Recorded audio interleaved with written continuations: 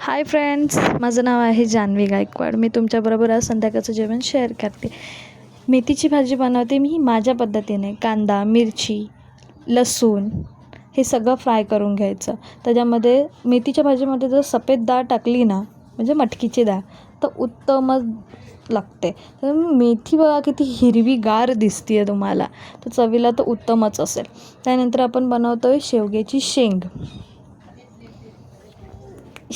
शेंग आणि चण्याची डाळ. शेवग्याच्या शेंगेला लसूण, जिरं, कढीपत्ता, टमाटा, कांदा हे सगळं घालायचं. घरातला मसाला, हळद, मीठ मस्तपैकी आणि शेवग्याची शेंग कांदा टमाट्यामध्ये फ्राय करून घ्यायची, त्याला तेल सुटेपर्यंत.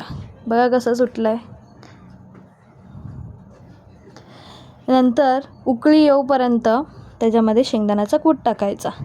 त्यामुळे भाकरीशिवाय तर जेवण अपुरंच आहे. तुम्ही माझी रेसिपी बघा आणि माझं पूर्ण ताट बघा किती छान दिसतं आहे. तुम्हाला जर हा व्हिडिओ आवडला असेल तर प्लीज माझा व्हिडिओ तुम्ही बघत राहा.